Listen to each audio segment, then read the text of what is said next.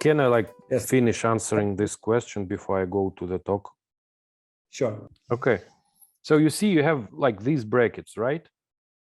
And what you do is you pick a bracket from this pencil with a like coefficients, and you get a Poisson. You have a Hamiltonian operator. But the thing here, like the main idea of this statement is that, well, you pick the bracket in 2 dimensions. You have 3 summands, and then you pick some Hamiltonian. This is the Hamiltonian function. You substitute into the bracket, and you get expression which does not contain any information. Well, it's like about the Poisson pencil itself. But you see, the like you picked a bracket, and it's complex looking bracket, because if you like took these 3 brackets, you add them with constants, and you add, you see you have u here, you have minus v with a second here, you have a linear combination here, linear combination here, linear combination here, linear combination here, and you have like the third part also very complicated with these constants, and like you have this complicated bracket, and then you find some Hamiltonian and you substitute into this bracket, and you get a rather simple in terms of this operator equation.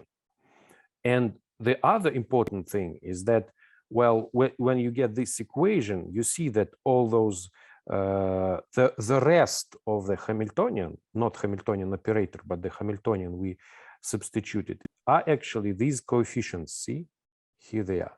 Those are that came from one-dimensional KdV equation.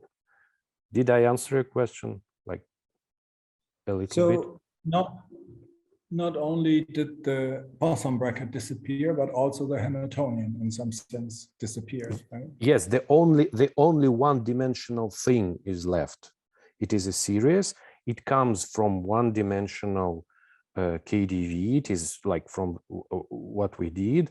It does not disappear completely, but the only thing that is left is one-dimensional thing. What you do is you take one-dimensional thing. It depends on one coordinate.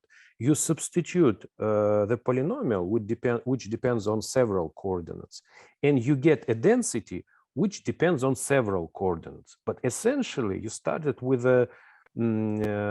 some differential polynomial which depended on one single variable. You just made this variable depend on several coordinates, and so you get this like series which depends on many coordinates now after we substituted this. But essentially, that is the series that was from one dimension. Right, so let me just ask another question. So, I mean, the G lambda in your formula, to get KdV, you send lambda to infinity, right? Yeah. But for any lambda, this is an integrable PDE.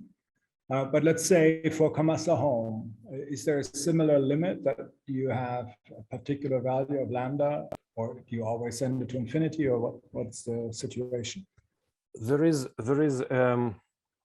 with Kamasa-Holm a little bit more complicated, because like to get the Kamasa-Holm or Dulin-Gottfried-Holm, you need to do besides finding the equation.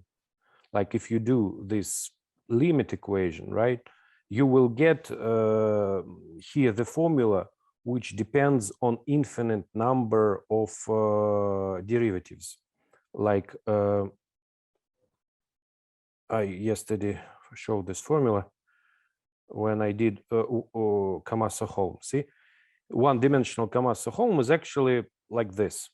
See, the right-hand side, if you express not u in terms of v, but v in terms of u, you get that basically you can write the Kamasa-Holm in an evolutionary way. It's an evolutionary equation, but the right-hand side of this equation depends on all the derivatives.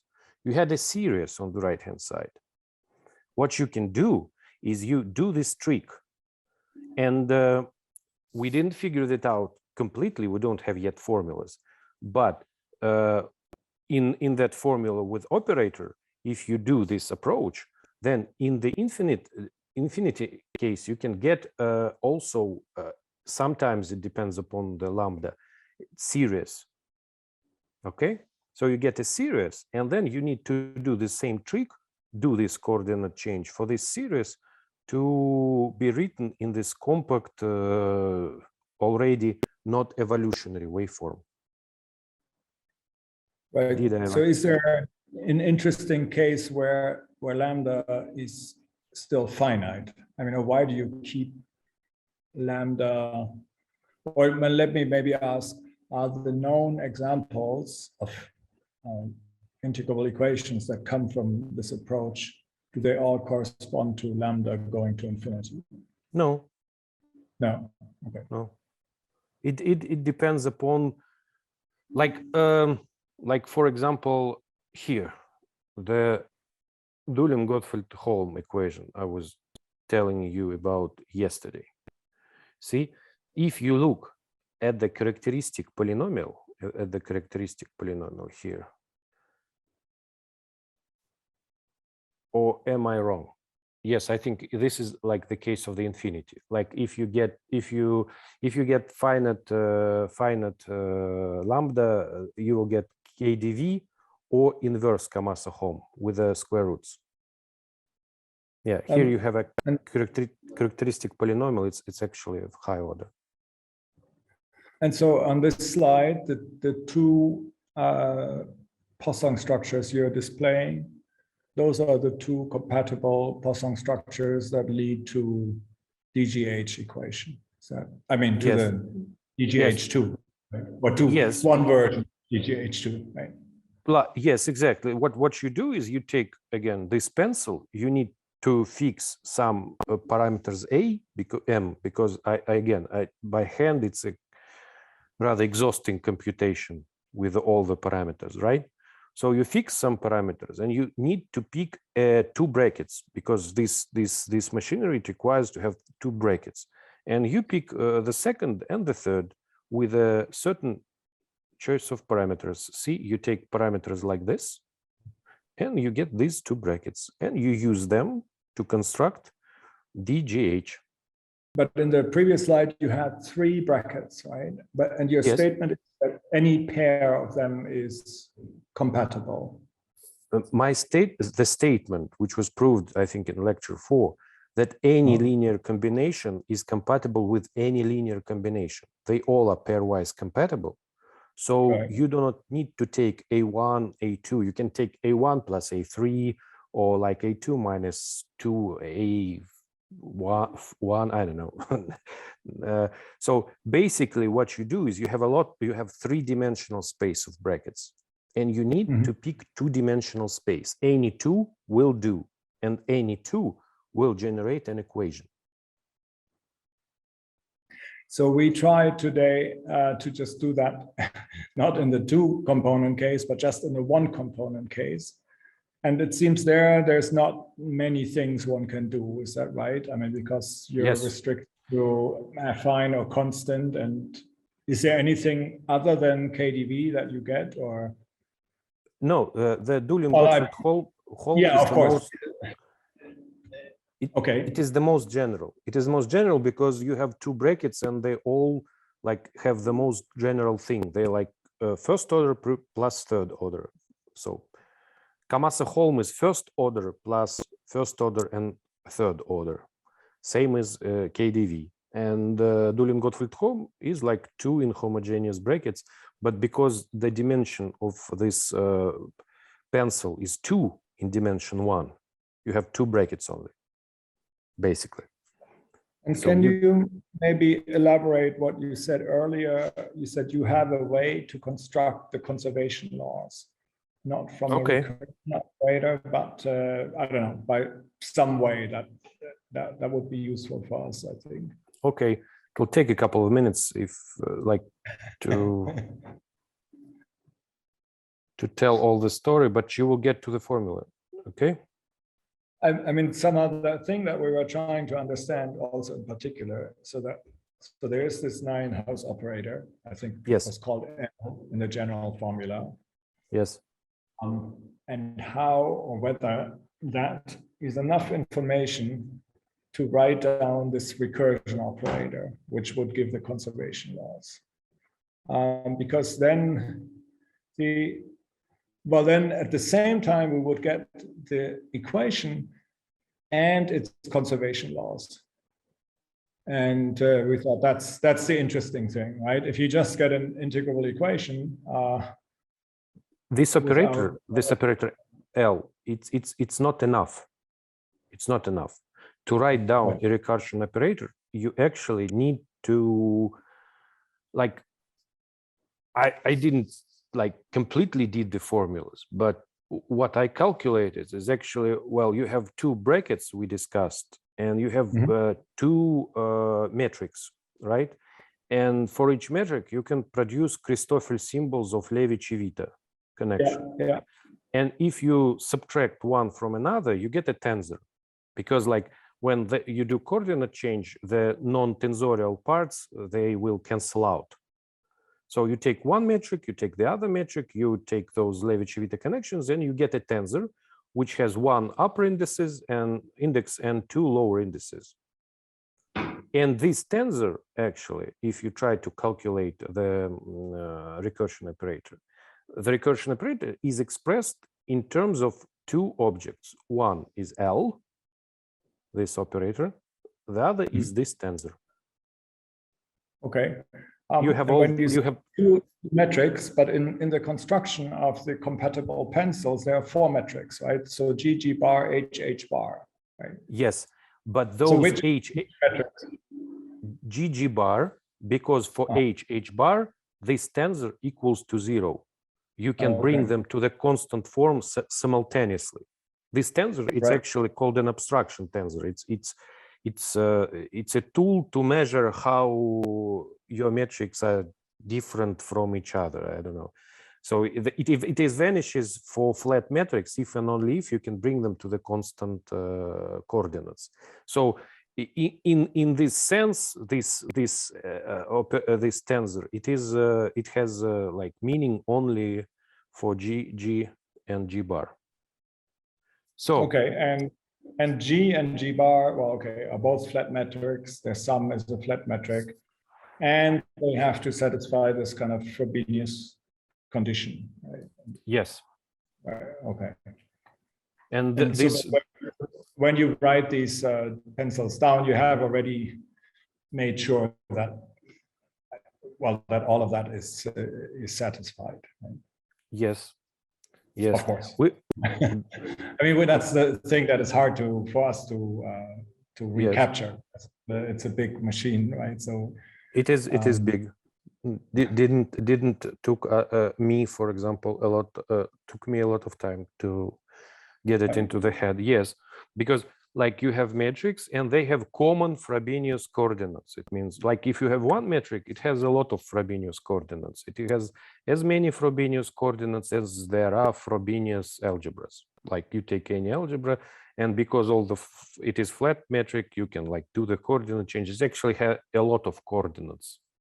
But here, because you have several matrices, several metrics, then this Frobenius coordinate system, it is unique for this pencil. Like they brought simultaneously to this nice form in one coordinate system.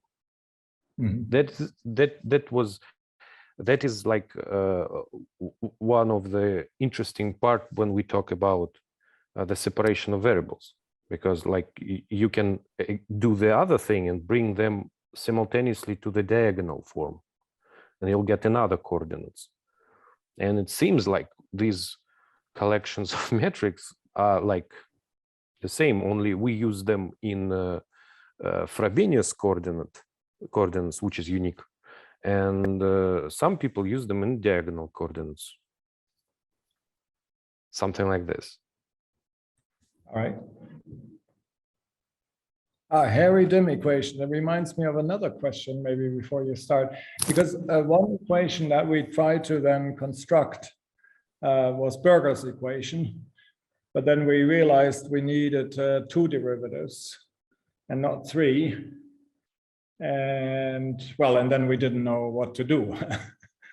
But I think in your latest paper, you have a generalization to arbitrary order. Is that, and I guess that would include like a pencil of order 2. We didn't compatible study with a this pencil of case. 1. It is okay. an interesting open problem because the machinery works there. And you will see like where we concentrated on the odd order. You will see just this. Okay, this was just pointed out. That would be interesting to understand why there's something special in an odd order. Okay, so this was a different talk. So the idea is like to go into the discussion of single bracket. Okay, one bracket, like third part and first order part. Like the most of the questions evolve around there, and we will discuss them. And this talk is actually was dedicated to this single bracket, and the Casimirs and these formulas and the way to generate the conservation laws. It is for us. Let's discuss it for a single bracket. Okay, like recollection of some basic facts about Harry-Dim equation. If you have two compatible brackets of third order and first order. Like very simple case. We do not discuss KDV, etc. Okay, we have those two, they are compatible. Now what we do is we call a Casimir a functional, which like again vanishes. And for these brackets, the Casimirs are simple. For this bracket, the Casimir is just the coordinate. And for the second one, the Casimir is square root of u.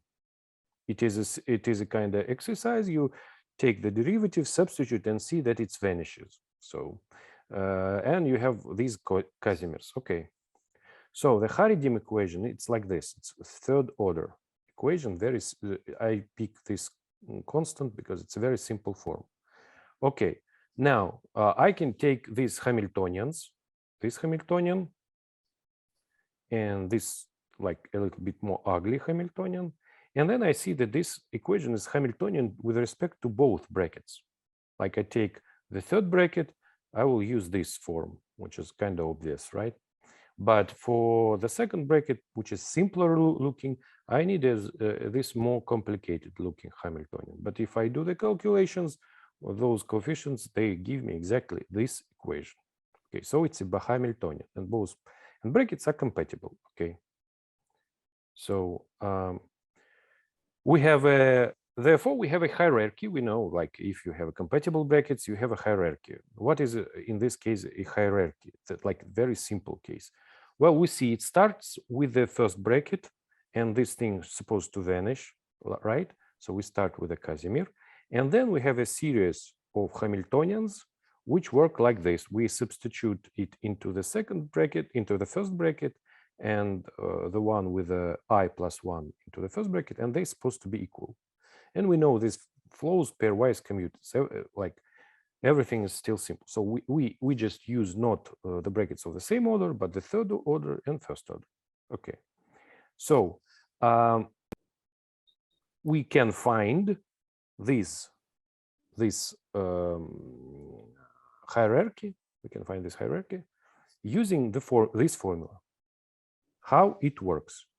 You take this u, right? Then you solve this with respect to the series. That's what I was explaining yesterday. And if you like substitute it here, you have this is the series of relations. This is what I was telling you about how can you generate Hamiltonians. Look at this relation in this specific case.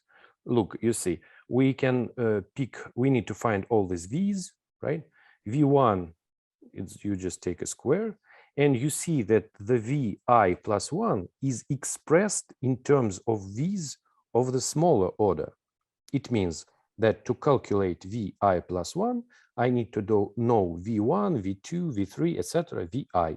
But if I do the calculations, I've already known them. So this is the formula. It is actually like the classical formula which I mentioned earlier. Kruskal, Miura, they found it by hand. by guess. Okay, now where do I get the Hamiltonians for this big Hamiltonian chain? I say, well, we take the densities of these Hamiltonians to be odd terms of this series. So I take V1, V3, V5, V7, and I get H1, H2, H3, etc. So this is how it works. Why we don't take the odd order or even order? Because in this scheme, it's not, you cannot see it from this, but every even term like V2, V4, V6 is exact derivative. It does not give you any it's like it gives you trivial functional. It's zero because you integrate the exact derivative. So this is why. And so you see that, well, to construct Hari-Dim hierarchy, like very simple one, third order, first order, you do not need anything. What you need to do is you need to do this algebraic thing. You do not use, there is no Hamiltonian operator here because you have those formulas which are algebraic, and they allow you to express like this in terms of all the previous things, and you get this series, and you get the Hamiltonian chain, which has mentioned. Okay, this is what we did. Now so we go back. Okay, maybe questions? Can you go back to this slide? So, and I don't know, Peter, maybe you can correct me, but so this formula that expresses VI plus 1 in terms of lower VI. So I think in a kind of our way of thinking, that was obtained by applying a recursion operator to a previous VI, right? Yeah. It is obvious. It would have been surprising if we kind of got to the different results, right? Because Hari-Dim equation, it's the simplest one. Of course, you will get this formula by applying the recursion operator.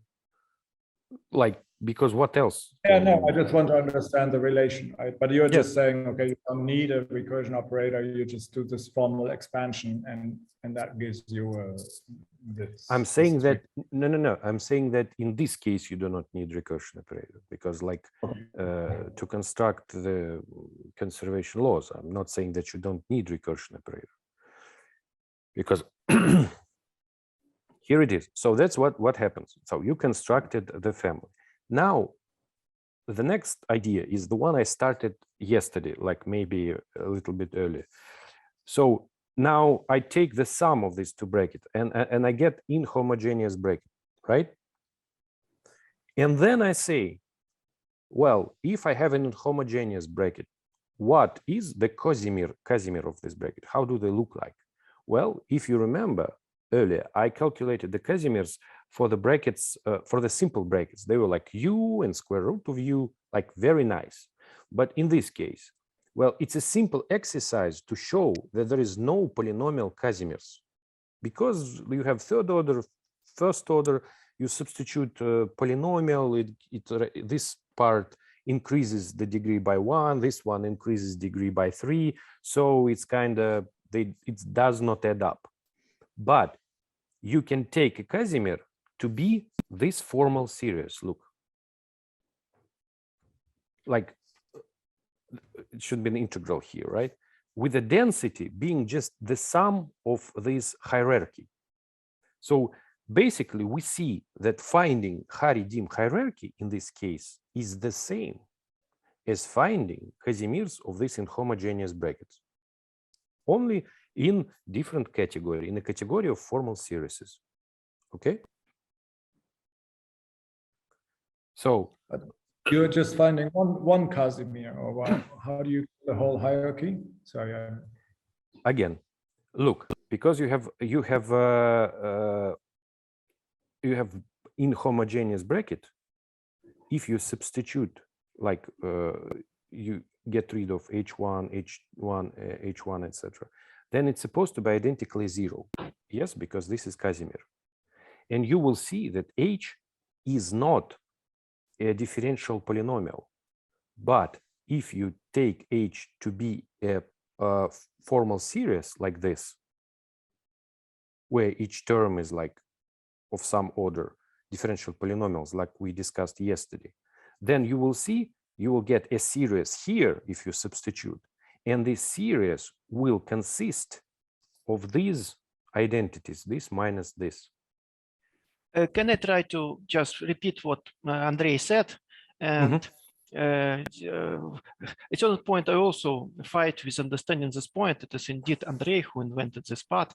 But so for me, the steps to understand was, first of all, there exists a Casimir, which is a function. I hope everybody understands the terminology. Casimir is something which is annihilated by the Poisson structure. Casimir, which is a function. So H1 is just a function. The first step is to find this function. Yeah. For this finding, there is additional trick, and the additional trick is based on the observation that this peak D is just the derivative with respect to x. So D in power 3 is a derivative in power is a derivative in just respect to x 3 times applied. Yeah. So if the function, so this power series of the function H2 staying in the formula upstairs in brackets to which you apply D3, if this function is a variation of this function is a constant, yeah. So variation of a function is just differential of a function has constant entries, that the first term disappears. Now the second two terms are those coming from G, from the matrix G. It is one. It is operator of order 1, and it is comes as in the lecture 3 from a flat matrix G by the formula including the component of the matrix G and the connection. Yeah. So we need to find the function such that it's Casimir with respect to Poisson structure of degree 1 coming from G, and such that the first term vanishes because the variation of the function is just a constant. Yeah. So this was the way to find H1. Now, how to find H2 and H3 and so on. So the trick is that you can find a power series starting from any function H1. Yeah. So the equation on H2 as an algebraic equation. So you plug a formal power series H1 plus H2. Probably one should put a small parameter there, right, Andrey? Just to make it more clear. You plug this series in the equation Poisson bracket H with W is 0, which should be fulfilled for every W, yeah? And then the lower terms corresponding to H1, it vanished because we have chosen H1 to speak Casimir, yeah? And then for H2, we have algebraic relation, which we solve. We get H2. Then for H3, we have algebraic relations, which we solve. We get H3, and so on. So this is the way. I hope, I don't know whether it. Holger, do you see that this single Casimir for this bracket, it actually contains all the Hamiltonians from this formula? Just by looking at the orders, I guess, or is that what you're saying? Yes, Yeah. exactly. I'm saying that like finding a single Casimir here is the same as finding the Haridim hierarchy for these two brackets, what Vladimir was explaining, how you calculate them. Okay? And Okay. what you need to understand that any other Casimir in this, it is really a single Casimir. It means that if you found another Casimir in this category of these formal series, which each term is a differential polynomial of some order, like growing order. If you found another Casimir, then it is related to this one, just multiplied by a constant. The space of Casimirs for these brackets, for this bracket and this bracket, it's both finite dimensional. And in category of formal series, for this inhomogeneous bracket, the space of Casimir is also one-dimensional. Only this one-dimensional Casimir is a series which contains all the terms which you need, which you got from Haridim hierarchy. Okay.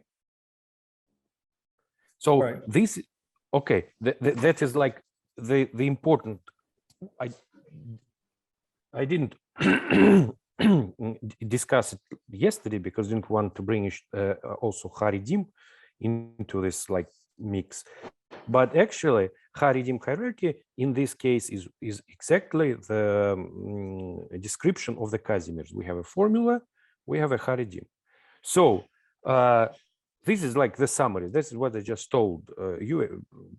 Like Haridim equation, its hierarchy is in homogeneous brackets Casimir, and we can find these Casimirs using iterations, like the simple iteration procedure.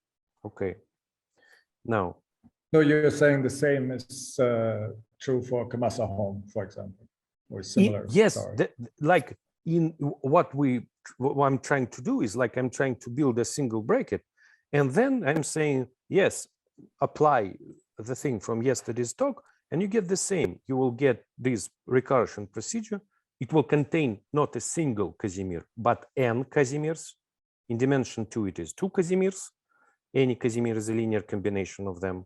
In 3-component case, it's 3. It means that you have 3 series, and you calculate each term of the, like if you want to calculate these terms of the series, you'll need to know all the previous terms of all the previous series. Like to calculate like second term of the first series, in general, formula contains like second term of the first series. In general, formula contains first order, first term of the first series, first term of the second series, first term of the third series, etc., etc. So that's basically what you do. You still have a recursion operator because of the dimension, it is a recursion procedure. But because of the dimension, it is a little bit more complicated to use it. But again, okay, great. So now, see, this part.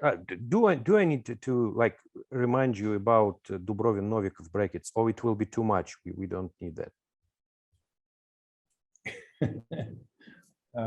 Yes. Yeah, so I think you need to remind us, please.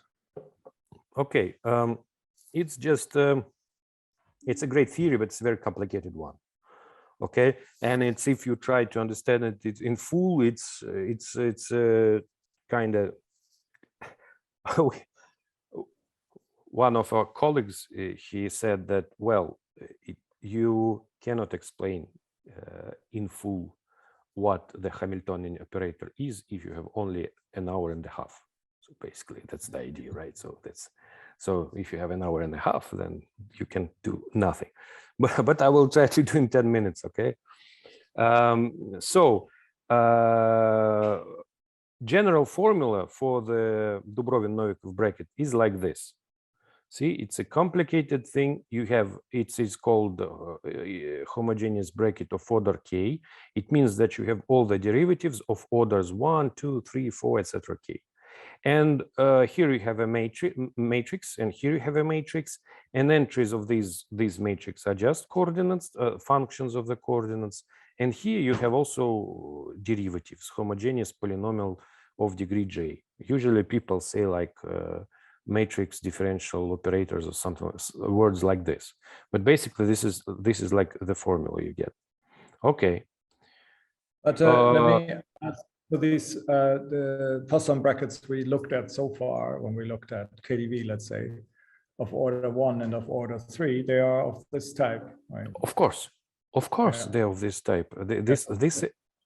This is a general case, right? What? I would like to double check the information that in the second part of the bracket you have derivative in this calligraphical P. Is it because there is also derivative staying after it? You need for this bracket to be homogeneous, you have to have these derivatives of order j here. Of coordinates. Yeah, like of coordinates. So no d, but just derivative of coordinates. Yeah. Of coordinates, like we did here. See, they are exactly of this form. Matrix H is no, where is the bracket? Let's go back. Okay, this is exactly this formula. Bracket H is 2u, and P calligraphic is just ux. See, So all the brackets we did. And in this case, everything is much simpler. You have h is just constant equals to 1, and all p, they kind of vanish.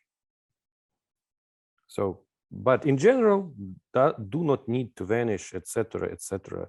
So you have this formula. Okay, the word differential geometric means that we are interested in coordinate changes, and we see that these terms of this bracket, this symbolic expression is called Hamiltonian operator. It's just like the same as Poisson B vector. But we see how they change. Look, see, we do coordinate change, and we see that the h is transformed as a contravariant to bivector, and those things, they're transformed in more complicated way. See, the transformation rule contains the derivative of the Jacobi matrix in X. So you need to calculate the Jacobi matrix and then differentiate it several times, and you get like expressions which contains the derivative of coordinates, and this will be the coordinate change rule for them. And well, in one dimension, it's rather simple. Like you can do it by hand and see that this crazy formula is just the generalization of how ux is transformed under the coordinate change, right?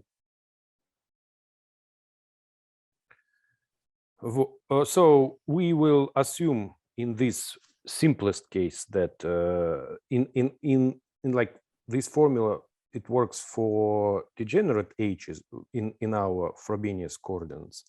But we will see that this, for now, we assume that h is not degenerate, the highest order term. We see that like in the first order bracket, it is written like this. It is actually a deep result by Dubrovnik-Novikov, which says that if you take bracket in this form, this general form, you assume that it is skew-symmetric, satisfies Jacobi identity, then you get that this bracket should be in this form, where h is just flat metric, and gamma is a Christoffel symbols of Levi-Civita connections. And if you do these calculations, you transform this part, and this part using coordinate change, you will see that this formula will appear. So this is like.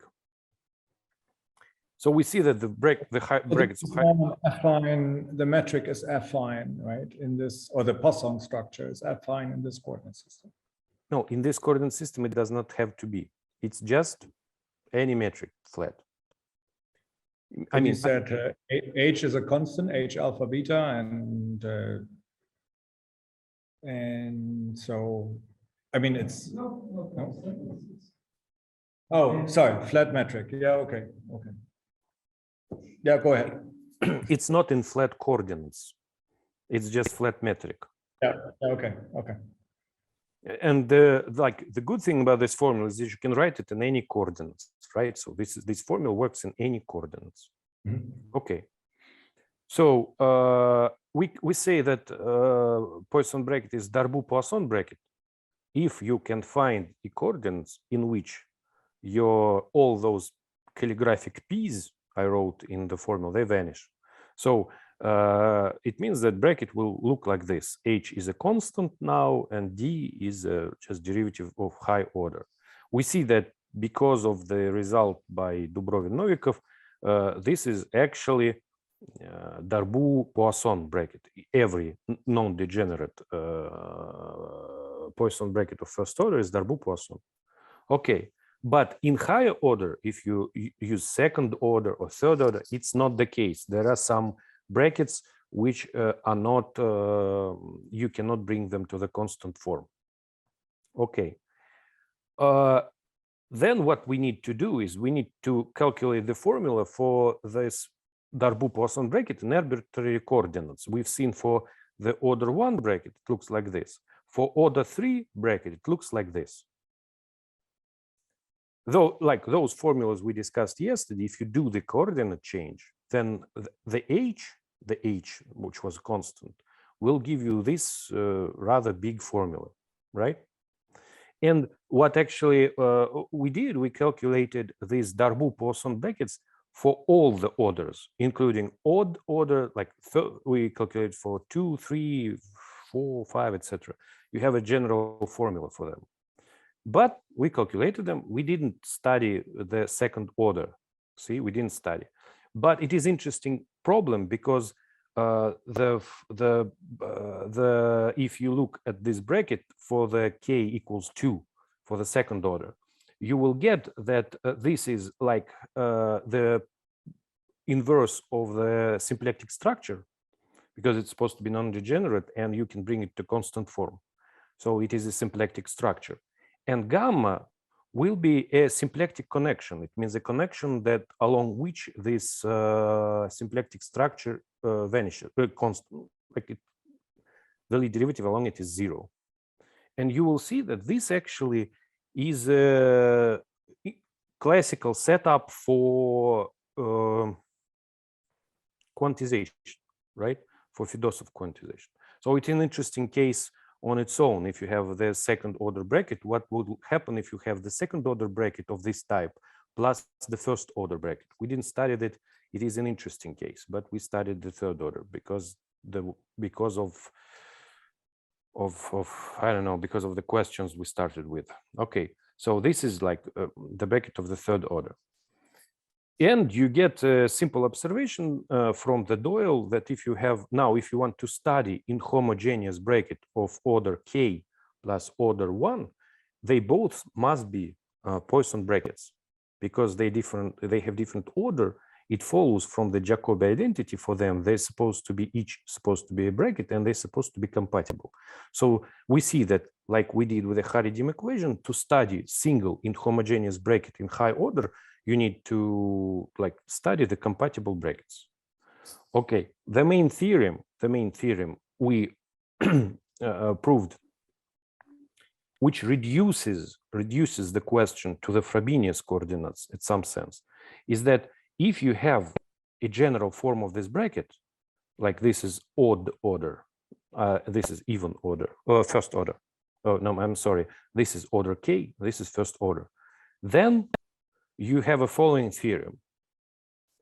If your order is 5 and higher, then you can bring them simultaneously to constant form. So what you need to study is you study just a pair of symmetric matrices, right? So they're both non-degenerate, and you have just to study them. And if your k equals to 3, then you get exactly the formula we discussed yesterday and in lecture 4, etc., etc. So it follows from the general approach that if you take this high order term to be Darboux-Poisson, it has Darboux coordinates, then the entire bracket can be brought to this nice Frobenius form. Again, open question, what happens if you take the second bracket of the second order, like first and second? Then I have did some preliminary calculations. I think you will have not the Frobenius algebra, but Novikov algebra will appear. Like it has different relations. But in our case, for Ka equals 3, you get the Frobenius algebra. So this is like the result. We started with a general approach of Dubrovnik-Novikov, wrote the formulas. We see that we don't need them. We actually can work in accordance with the Frobenius coordinates. And here it is definition of, here we can check that these coefficients, they're actually Frobenius algebra. You can do it by hand if you want to like say these words algebra, or you can think about it as just collection of constants which satisfy these quadratic relations, because these are exactly the relations of this is associativity. Actually, the symmetry is actually commutativity, and those two are just that H and B are so-called invariant forms that they satisfy in terms of operation on the algebra like this. So this algebra appear. Okay. Maybe, sorry, just ask a question. Yes. So when k is larger than 4, the situation is simpler, right? Yes. and you reduce to constant metrics. So both metrics are Constant. constant, and there's no other restriction. Or No. Because if you have two constant, yeah, of course, if they're constant, then they satisfy everything. Yeah. yes, exactly. That's what I wrote yesterday. If you have two constant Poisson brackets, of course they're compatible because like their derivatives vanish. So there is no restrictions there. But it's a good problem from linear algebra, very complicated one, classical one, to classify all the pairs of symmetric matrices. There are different versions. So in terms of the PDEs, is it correct to say then if you have a PDE that has the fifth order derivative, but no lower, I mean, no third order, let's say, and UX, and it's integrable, then it comes from that description, or? It says, actually, this like formula with a higher order, it works in dimension starting from 2. It says then in higher order dimension, right, you have no interesting Poisson, inhomogeneous Poisson brackets of a simple type. It means, what was the essential assumption? The essential assumption was that the higher order bracket, it is a Darboux-Poisson bracket. What this formula says, it says, well, in Darboux-Poisson case, you have only k equals 3, k equals 2, and all others, like you can prove it, they supposed to vanish. So you have basically, you have either dimension 1, in this case, you have like fifth order equations and like non-trivial high order things. And you have a second restriction is that you can say that your bracket is more complicated one. It does not have Poisson coordinates, right? It is also a possibility. For example, there is a that like I can't remember the letters like WDVV, like Witten something Verlinde equations, which are associativity equations. They have two brackets. They are Hamiltonian with respect to the brackets of first order and to the bracket of third order, and that bracket is not Darboux-Poisson. It cannot be brought to the constant form. So there is some good, interesting. Yeah, there is some good, interesting examples outside this theory. Of course, this theory is geometric, and this assumption is important because it shows it's important because it gives you the description of geometric part. Okay. This is the important example that in general, if you have degenerate part, then this second part linear does not have to be Frobenius algebra. This is an example I took from this work. But by coordinate change, you can make it Frobenius. Here is a coordinate change. It's not linear. But in general, if you have degenerations, then you need to look at the kernel of this form. It's actually an interesting algebraic question. If you have a degenerate one form, it's invariant, then its kernel is actually ideal in the algebra, and you can do the factoring. And if you factor, you will get the commutative associative algebra with non-degenerate invariant form, etc., etc. So there's some room for investigation here, but I think it's algebra. But here's an example. You need to keep in mind that if you have arbitrary degenerate bracket, the third order bracket is degenerate, not from the families we've discussed, then it can be not a Frobenius algebra, but in examples we've seen, it can be brought to a Frobenius algebra. Okay, this is the complete classification for you just to see, to observe, of the brackets in dimension 2, single bracket, one bracket. I'm talking about the normal form of a single bracket, not like a pair of brackets compatible or something like that. Just a single bracket.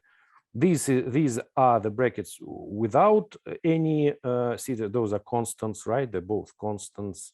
H1, H2 are just constant. And these ones are linear ones.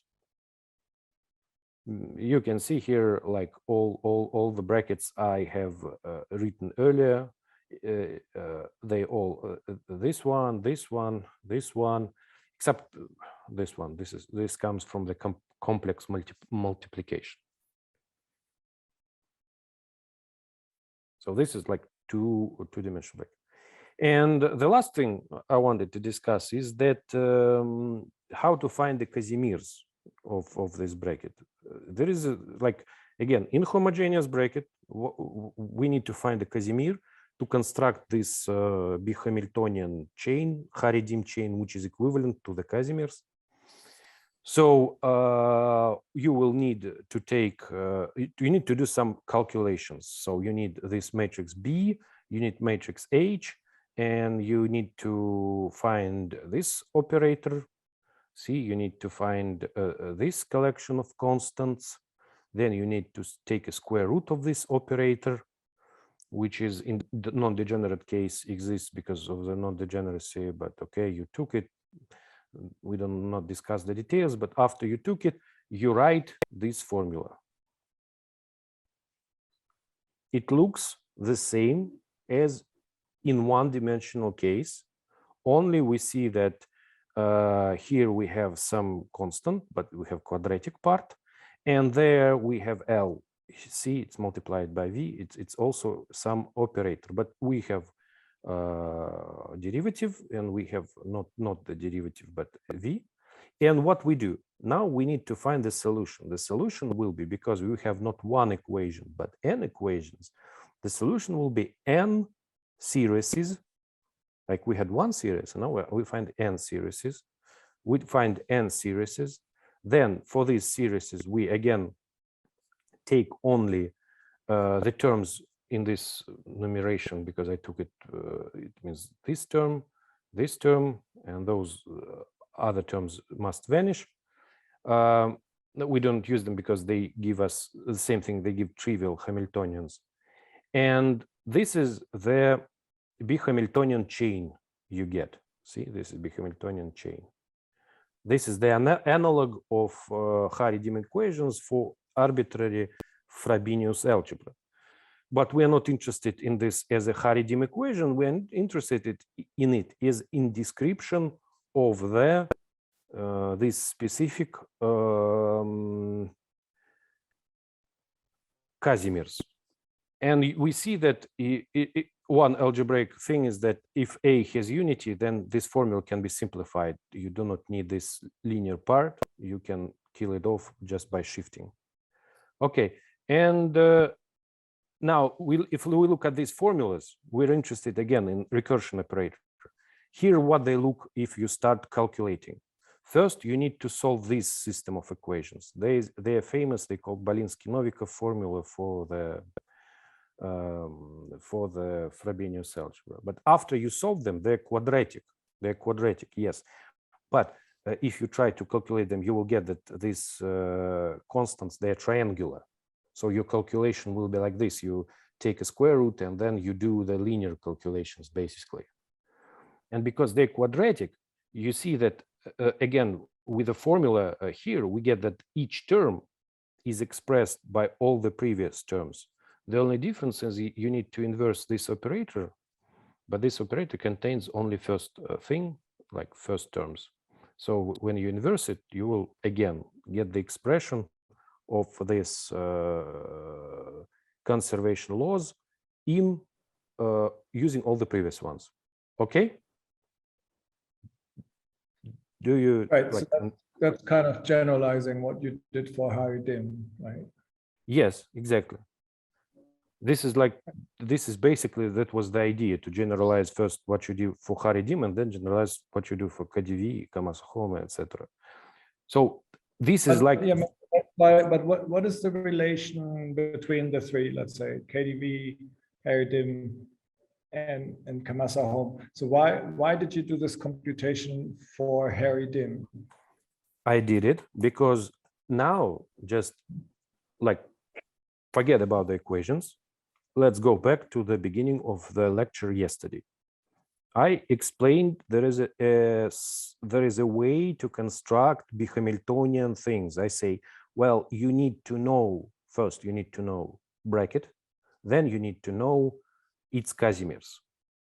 It turns out that the brackets we want to work with are inhomogeneous brackets. So I need to know inhomogeneous brackets, how it looks like. Okay, we have a theorem for that. It is brought to the form with a Forbinos algebra. Okay.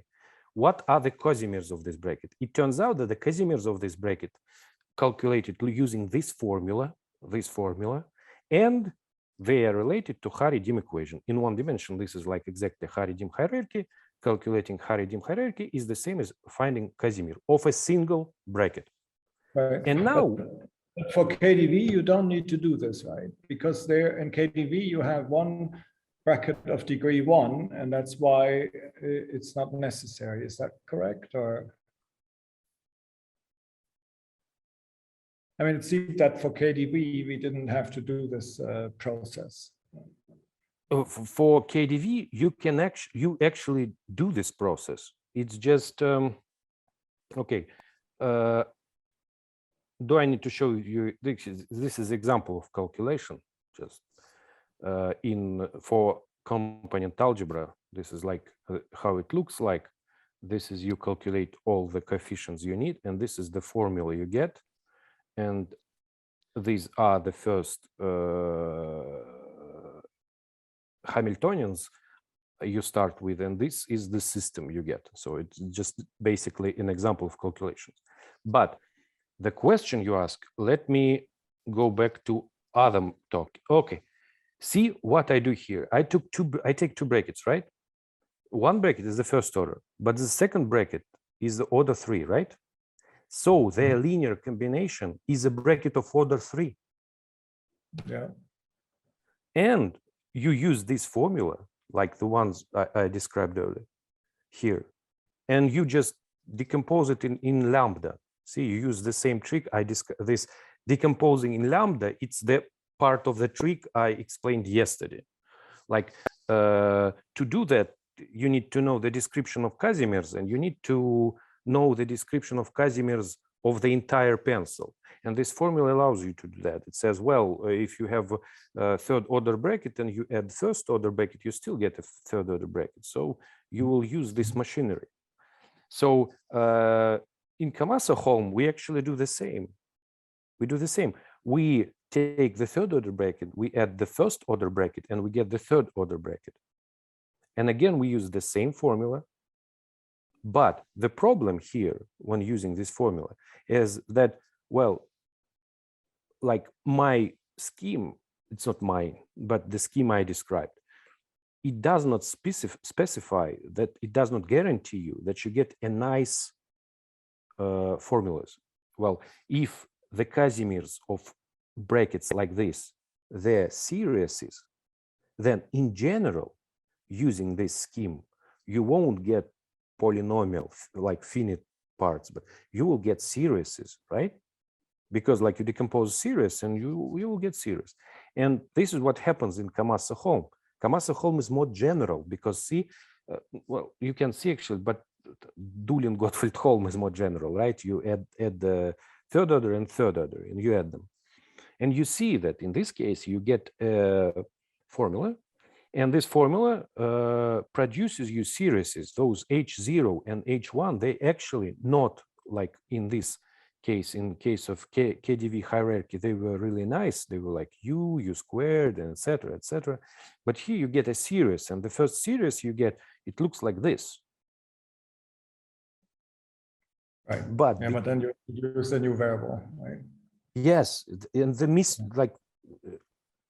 miracle happens over here when you calculate the second, you calculate its variational derivative, and suddenly you see that because you substituted actually some series into this, you took its square, right?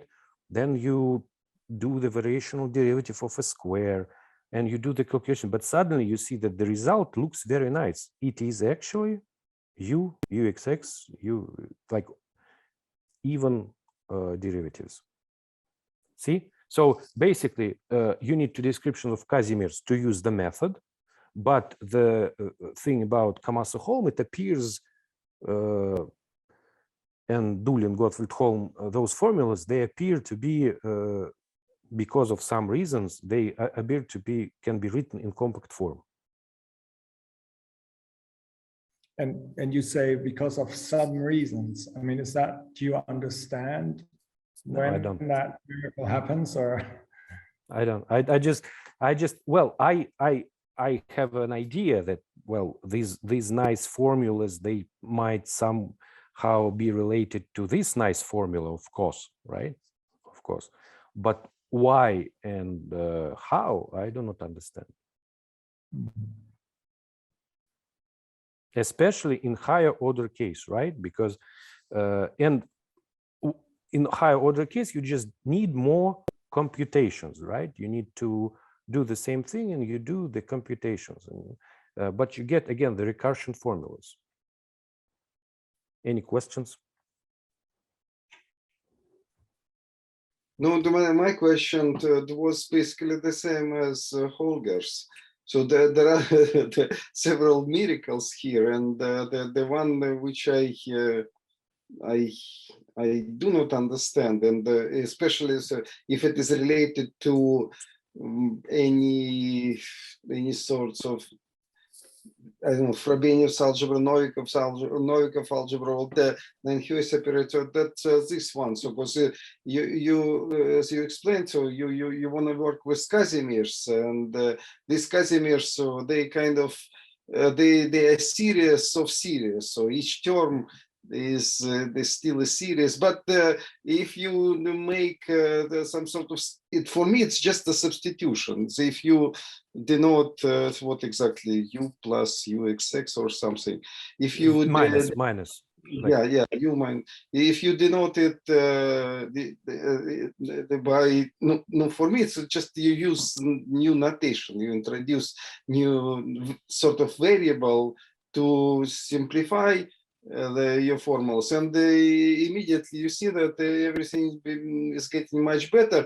Your equation in terms of this new function is not evolutionary anymore, but then it is compact, so there are no series anymore, so everything becomes polynomial. And what is the reason for this this miracle? So it's if you, because as you explained, and maybe so that's another point which sort of needs to be clarified. So what is, so we are talking about 4 types of equations. No, at least that's how I understand this. So Haridim, the KdV, Kamasa-Holm, the Dulin-Gottwald-Holm equations, but all of them are related to sort of the same pencil of the bracket. So this is kind of big pencil, and you can take either the bracket of order 1 plus bracket of order 3, or bracket of order 1 plus bracket of order 3 plus 1,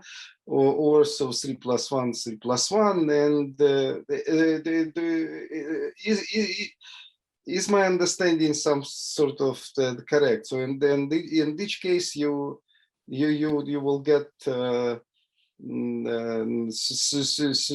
integrable system, and in some sense, this, as you explain, Casimirs for the pencil of 2-dimensional pencil of brackets. So the Casimirs can be found in more or less algebraic way.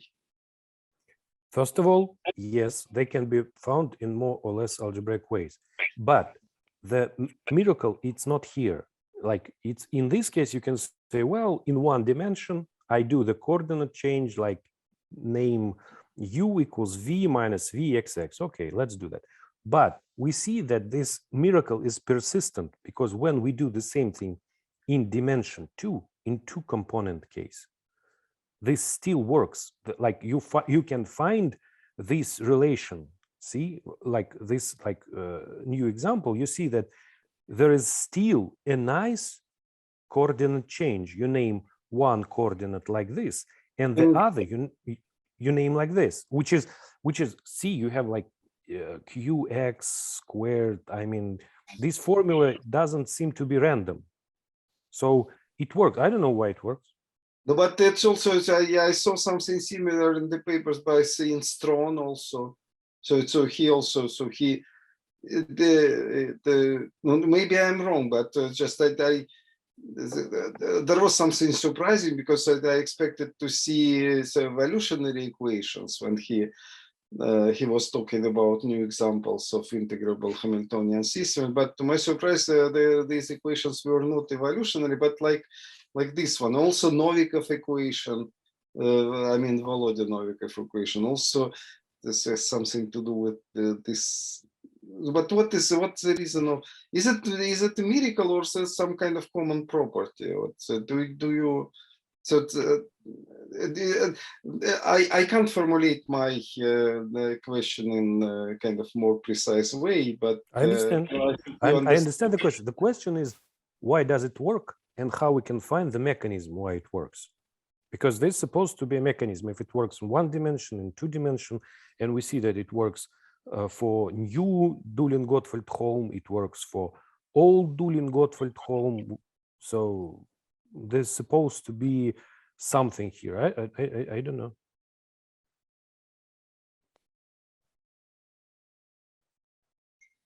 And also, so some people told me that it's not a miracle. You just so if you want, you can use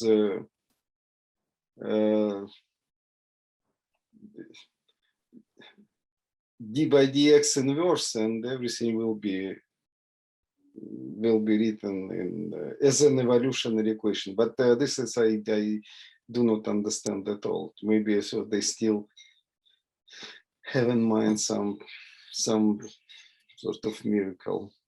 Okay, yes. Okay, so Holger, you see that how this mechanism work, and that recursion operator. If we want to discuss it a little bit more and go back to the discussion of the recursion period, because this is what, like everything I wanted to explain. If you have any questions or whatsoever. Well, let me ask everybody questions.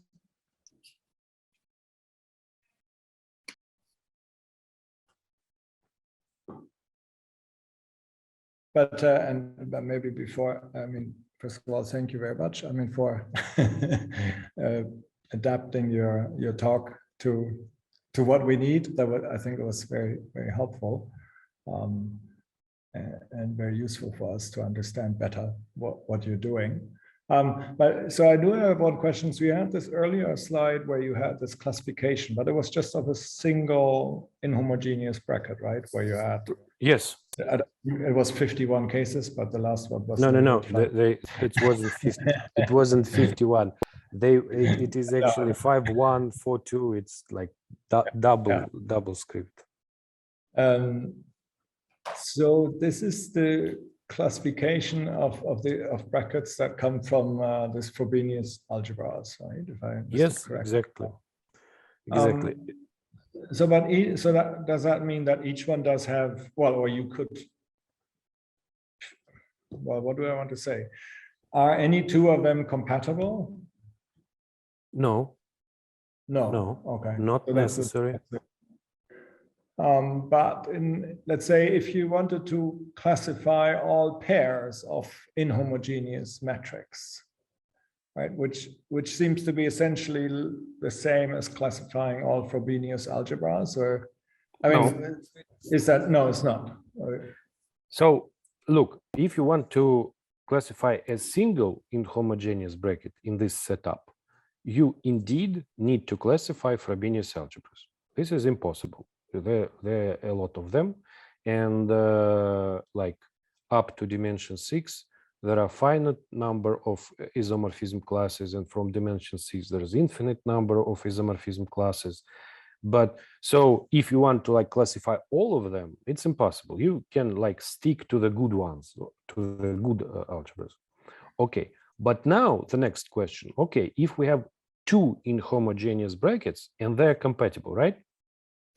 It means, like, after we do some, for a simplicity, we assume that they both in this nice Frobenius form, and we say, well, if they in this nice Frobenius form, are their Frobenius algebras compatible? And the answer is, of course, yes, they're compatible. It means that these algebras, if you add them, you will get again an algebra. It will be associative, it will be commutative, and it will have like those forms. Okay. And well, the next question is, how do we classify the pairs of compatible Frobenius algebras, right? Not a single algebra, it's impossible. Yeah. But pairs of compatible algebras. Okay. In general, we do not know the answer, but we know the answer, the complete answer, which is important.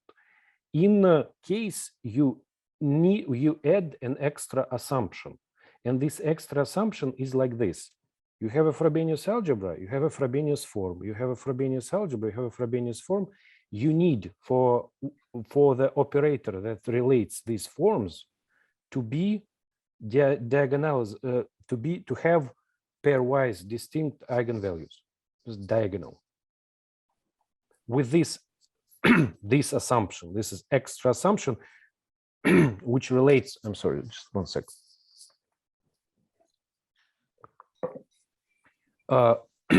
This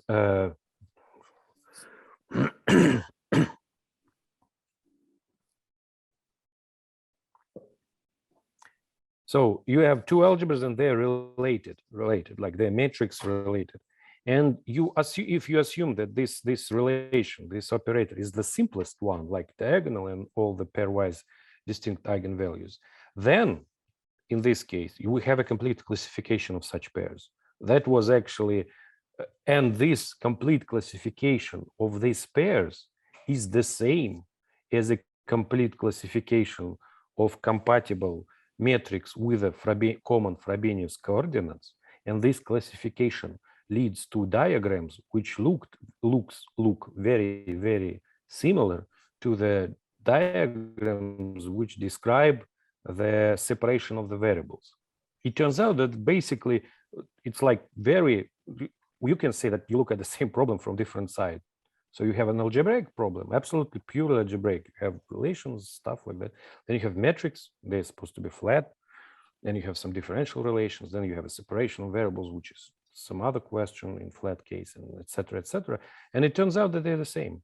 And it's of course an interesting, again, open question. If the relation is not like this, if it's not diagonal, what can you like do?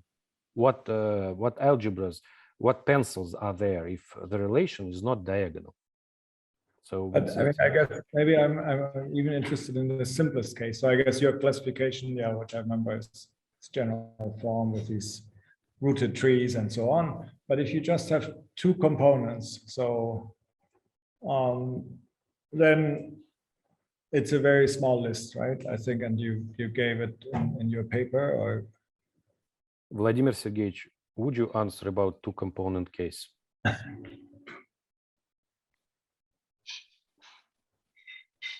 Converse, I did not get the question. So, Holger, could you please repeat? well, so I guess what I'm trying to understand is, so it seems you have a complete classification under some extra assumption of two-component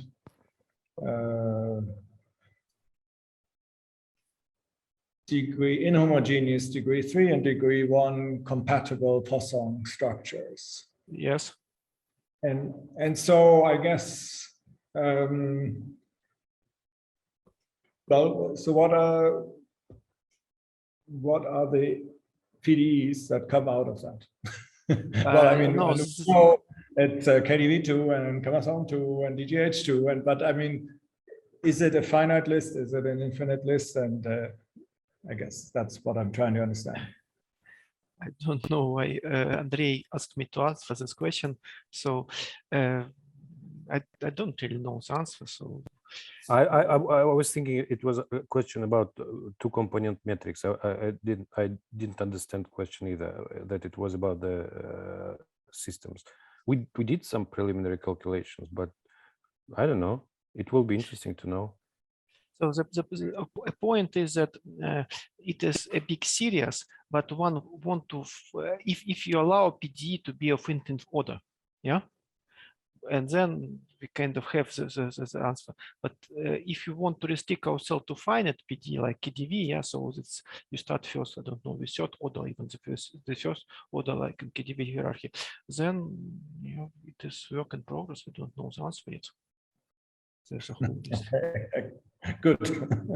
So, And, may I say something? So, it's in my opinion, so there are, so indeed, so there is a kind of series of examples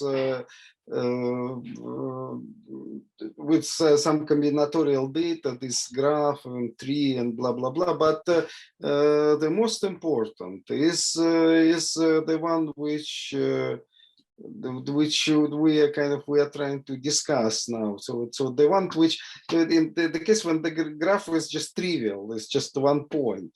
So what is related to the so-called Antonovich 4D pencil, because all, in my opinion, all the phenomena can be observed in this case.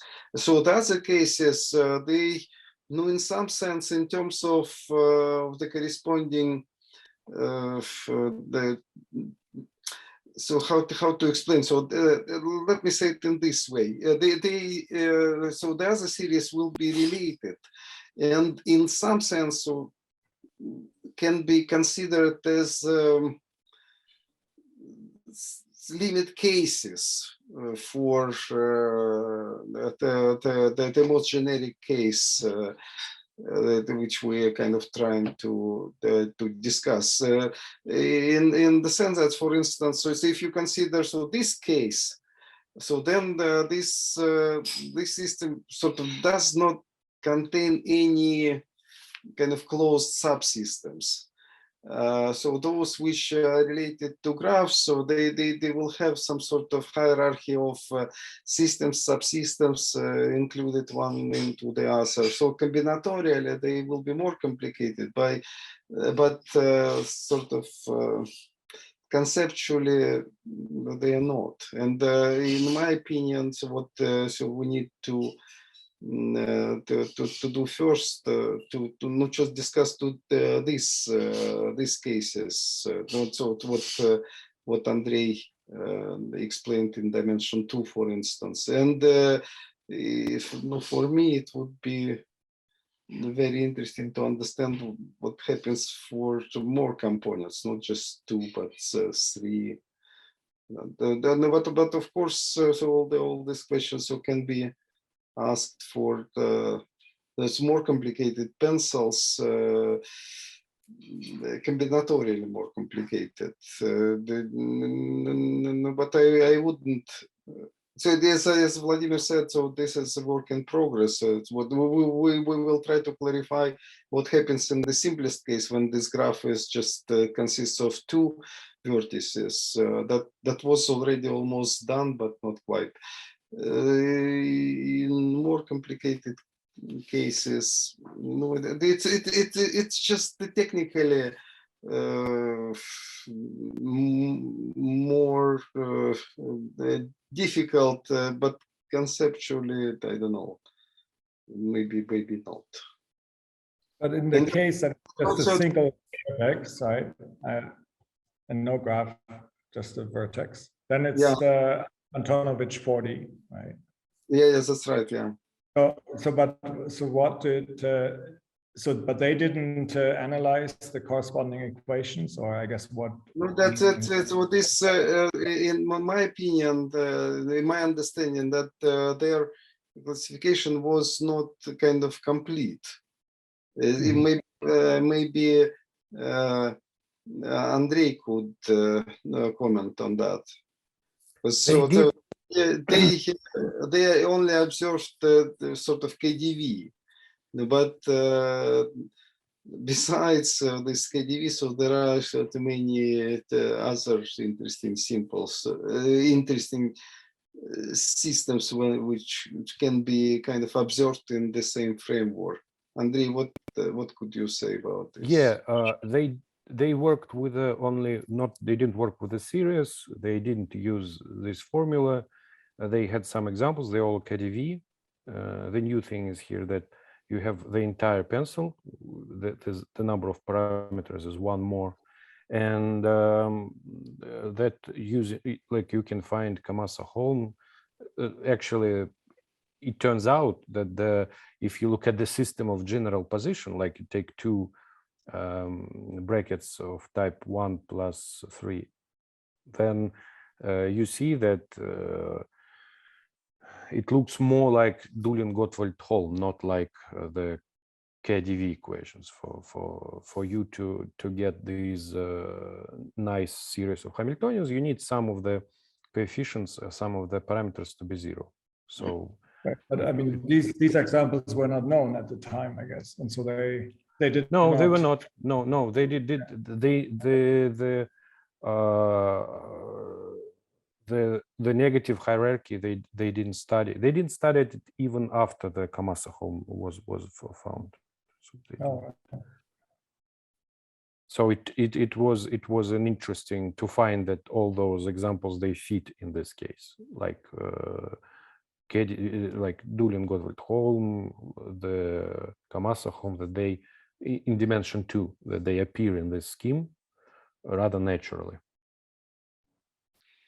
And also, am I right or not? So, in terms of, for instance, conservation laws, they didn't have the kind of formula in no reasonable formula which produce them, or I don't know, or maybe so he did have in terms of recursion operator. I think something like that. I think they did have in terms of the recursion operator. So which from their point of view and the point of view of Holger is much better probably yes. than what we suggest.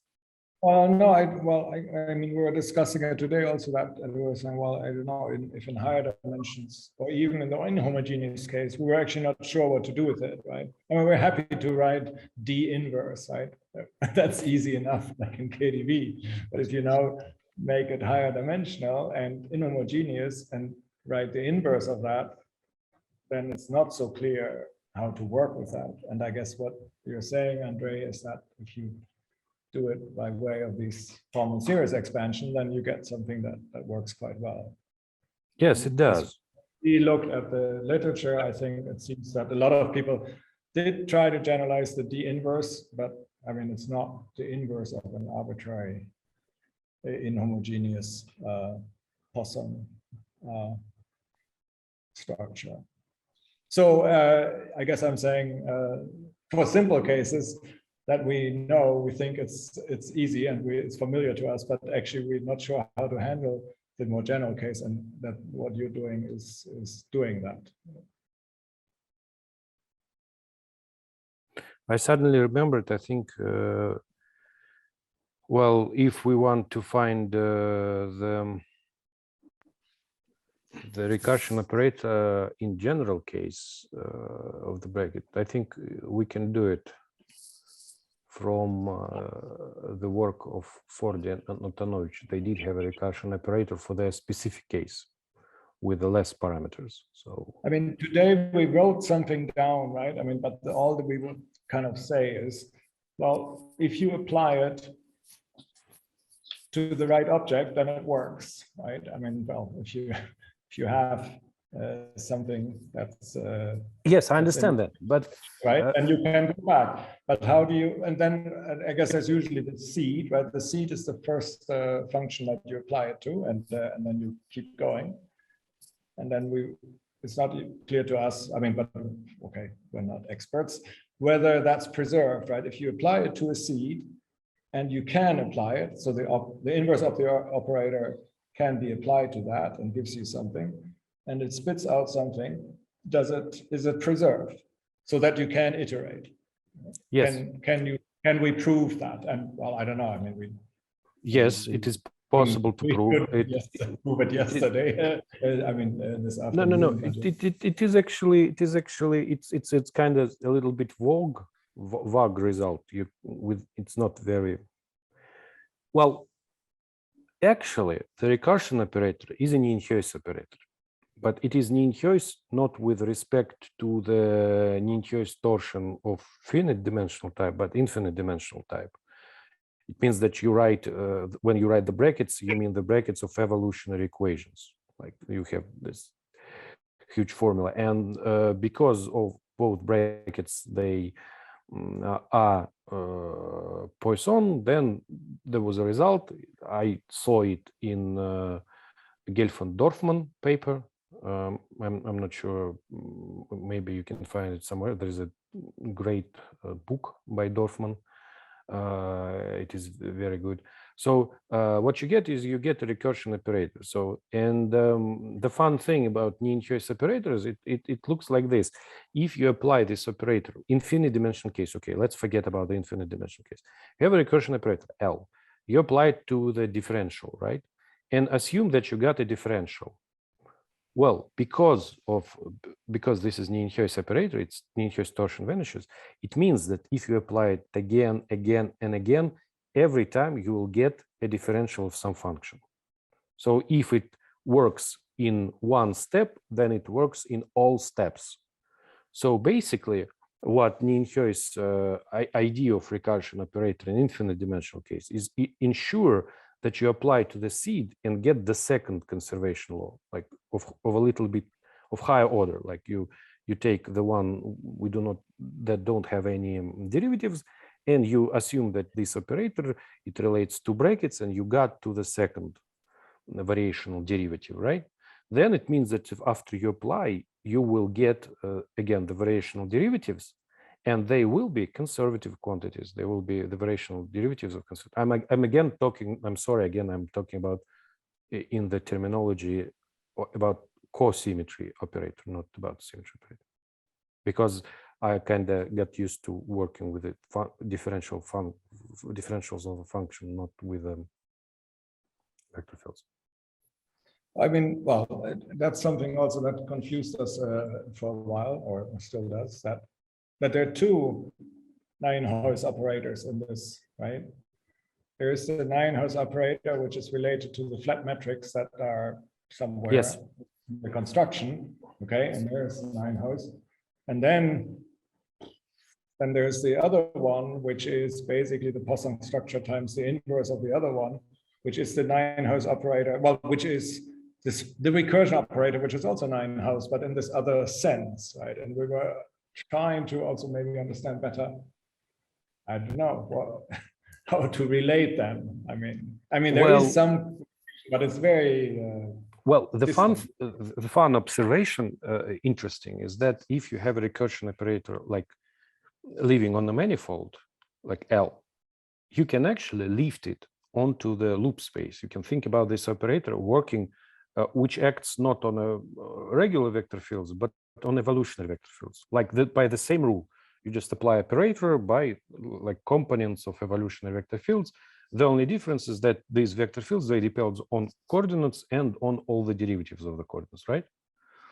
You like raise this operator to the evolutionary vector fields. Okay, after you do that, it is again an interesting exercise to check that this operator stays Nijenhuis. It means that if you write this Nijenhuis torsion already for evolutionary vector fields, the formula is much more complicated, but the terms, they all vanish.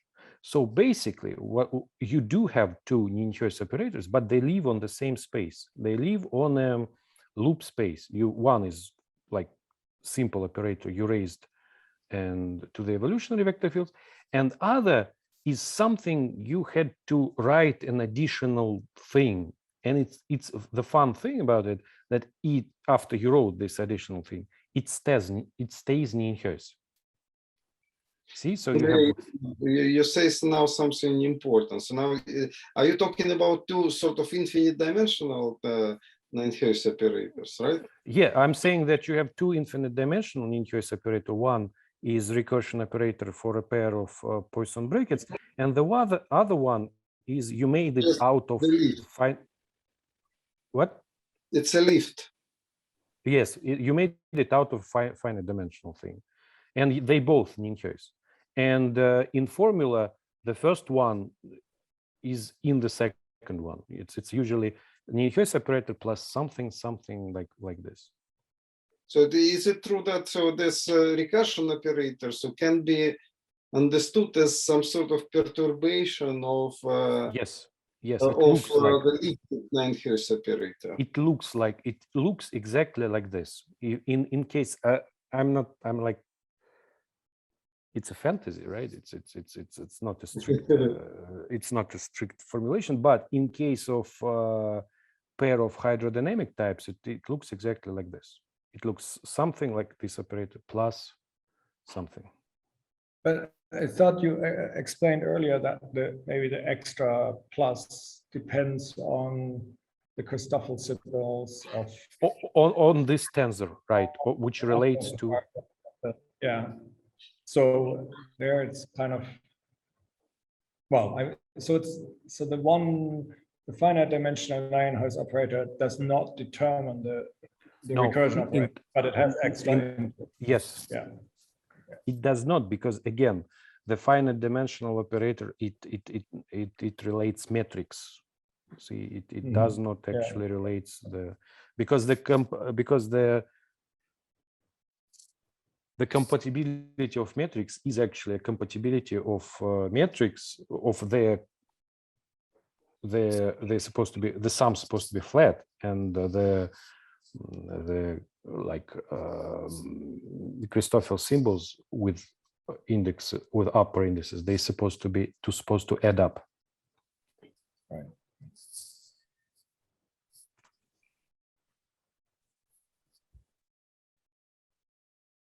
All right. So, yes. First of all, thank you very much for the discussion. Also, thank you very much for the exchange of emails. I don't know who gets the emails. I think Holger was the one from the site of Creswick who sent email mostly, but there were some people in CC. And in these emails, you really speak about recursion operator a lot, yeah? So it seems that it's important. Can you tell a few words why it is important and in what form you want to have it? Or is it still important after the explanation that one can't get a lot of information without actually constructing recursion operator? So what is the motivation and what form you want to have the answer?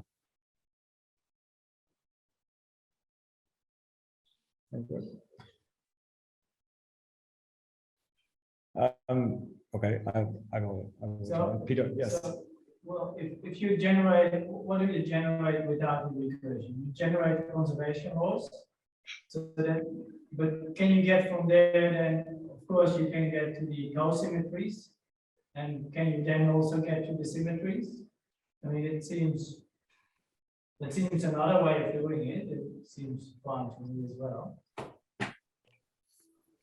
I don't know how Andrey is doing, but I really hear only every second word, and for me it would be extremely. I didn't hear. Yes, I'm sorry, I didn't hear anything.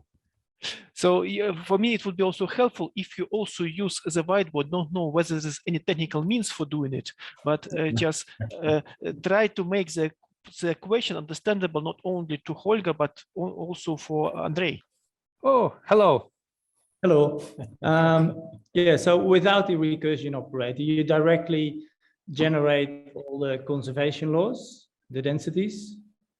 And then from there, I guess you automatically get all the co-symmetries. Yes. Yes, it can be done. And then from there, you can also get all the symmetries, or is that then the step that is missing? No, exactly. Well, the question is what means all? We have a family of them. So in KdV case, we have actually more symmetries that coming from conservative quantities. Yeah. So we have actually the whole action angle variables. So this is the spectral decomposition, and this we do not have, and we don't have it by two reasons. One reason, we don't really understand even the KdV case, and second, everything is very new, as you see. Yeah. So. So I think what used to be the case was you have an integrable equation, something like KdV or something else, then you want to prove that it's integrable. So you show that there is these infinitely many symmetries, and the way to do that was to construct a recursion operator. And the way to show that the recursion operator actually is a recursion operator was to show that it's Nijenhuis. And then you automatically get, that all these flows all commute with each other. Without Poisson brackets, right? You don't. Sometimes actually there are no Poisson brackets, I believe. Cool. Cool. There are cases where you have recursion operators, but you don't have the decomposition in symplectic and co-symplectic operators. Cool. That also exist. But so you're saying that recursion operator is somewhat like more general, right? So basically, because when we have like two brackets, we can come up with a recursion operator usually, but there are examples when there's. What I like from your approach, I mean, in your approach, you kind of it seems you can generate them at the same time. They come from the same source. And in used to be kind of an afterthought. Okay, we've got this equation. Now we have to kind of prove that it's integrable, and then we construct a recursion operator and use it to prove it. But that construction of the recursion operator is hard work. It doesn't roll out of a machinery, and with your machinery, it seems to roll out. So that is kind of a very nice thing. But I think we can find a recursion operator in this case also. Yeah. I think we can explicitly write it. But in the case we'll look for it, in what form should we look for it? So is it called symplectic or co-symplectic? So is it operator acting on the variational derivative, or it's operator acting on flows, or it doesn't matter really? On the vector fields. Usually, okay. But there's a co-symplectic. You have co-recursion operators. They act on the co-symmetries. So there's all different versions of all these things. But the usual recursion operator acts on the vector fields, on the equations, the flows. Okay, and next you said that a way to use the recursion operator is to prove that the system have infinitely many symmetries, right? And yeah, this kind of done already. But are there any other way? By the Nijenhuis property. Is there any Vladimir Sergeyevich? Maybe it's the same question, whether one can use recursion operator for any other reason as to providing the existence of infinitely many symmetries or infinitely many classifications. I don't know. I don't think so. Holger sent us a paper by Mikhailov about discretization, and it actually uses, I didn't understand the paper. It's not like it's easy to read, but it uses a recursion operator in some sense. So they kind of doing some stuff and they say, well, this is the discrete version of what we are studying. No, I don't think so. What they do is they construct a recursion operator, not for a continuous system, but for a discrete system. But they do not get it from the recursion operator of the continuous system, right? They construct it separately. No, I don't think so. Does not look like that. No, I don't think so. I mean, no. We were thinking that at best, maybe you could take a limit of the discrete recursion operator and maybe turn it into the continuous one, but probably not the other way around. Yeah. Yeah, of course. If you know the limit, it's always hard to guess. Like the perturbation. You go the other way. Yeah. But even that, I mean, well, I don't know. But so it might be worth looking at what they constructed for this VLA equation and look at the restriction or the degeneration into the H1 equation, which is the basically the KdV lattice equation that relates to that's the discrete, the partial difference equation that relates to KdV, and see if that recursion operator that they get somehow you can get from there to the continuous one. But continuous limits is you know, it's not an easy thing. Okay. I've got one more question, general question related to recursion operators in your sense. Imagine that you have a recursion operator, which is Nijenhuis, and in our terminology, it's kind of infinite dimensional operator in the sense that it works in the infinite dimensional space. Okay, so then what you need to do, you want to do, you want to apply this operator to a certain vector field, and then so kind of continue. But to this vector field, you are going to apply this operator. So if we start with operator, not with equation, but with an operator. So what about this vector field, the first one, starting point? What this vector field should be? So the vector field should be, or how do they call that? I think it should be a symmetry of the operator, or the operator should be a symmetry of the vector field, one of the two. I don't remember.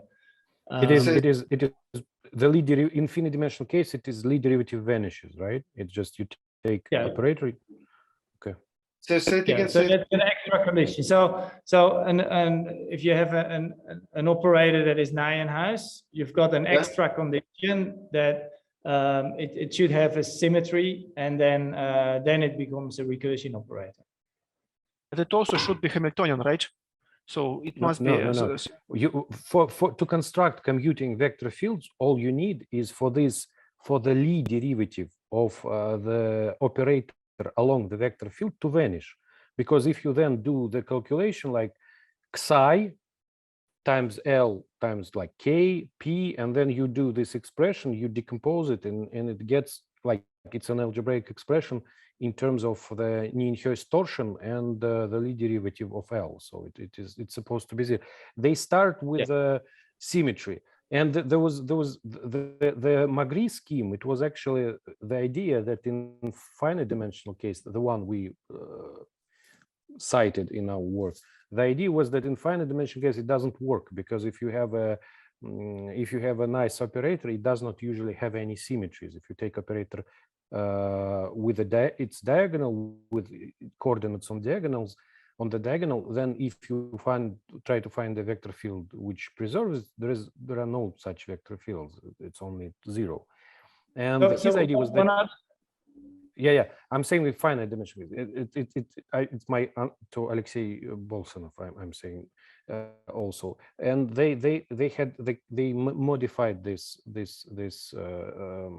procedure by multiplying by L and adding an extra term, which was the modification, and that was actually. But shall I write down the formula that we kind of checked today for recursion operator? Can we share a screen here? Okay. So what we checked was that if you take the Lie derivative of this is the recursion operator acting on,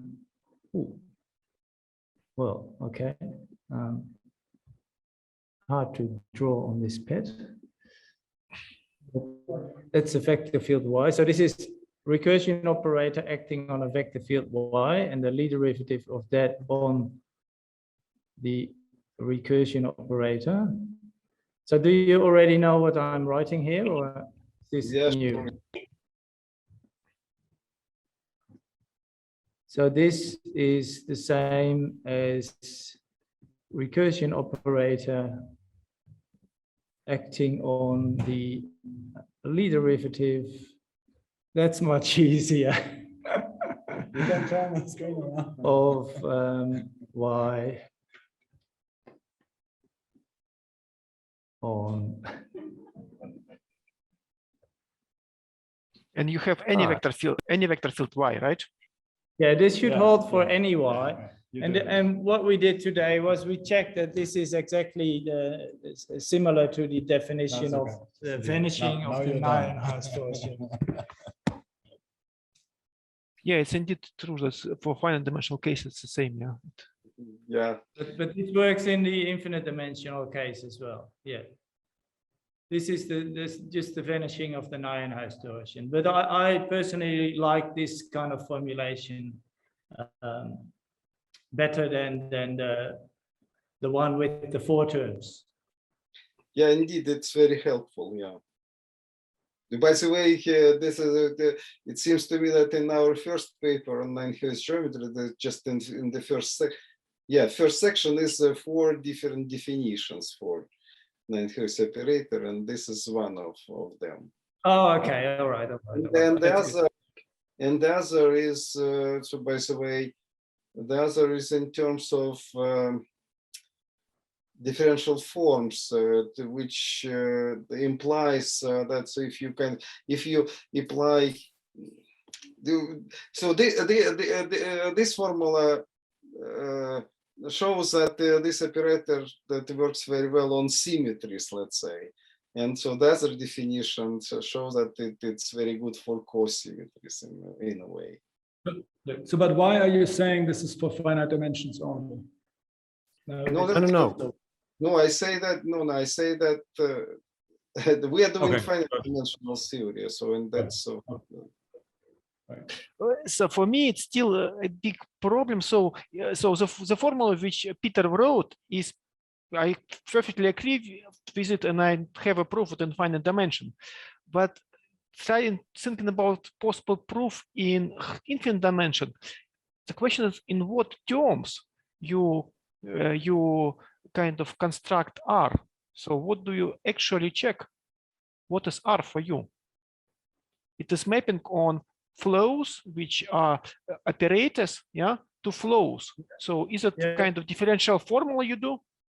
Yeah, differential operator. It's differential operator, but it's also differential integral operator, right? Like in KDV. So you have a D, the inverse. Yeah. Yes. Yeah, but I'm not an expert on this. So, you know, if you really want to talk to an expert, you should talk to Jingping Wang, for example. I've personally never checked that a recursion operator is Nijenhuis, but I'm 100% sure that it is the same both in finite and infinite dimensional case. It is not very hard to check actually. And it's again, it was in Gelfand-Dorfman paper. They had like very formal paper formalizing all this stuff, and there was a Nijenhuis, and that it is Nijenhuis if those two compatible. So you can find a citation for that. Yeah.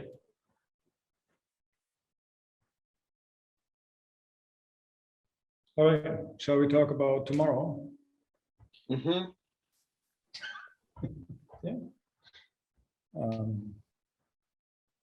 So what's tomorrow? May I ask a question? Okay, like you are going to sleep and we still are here.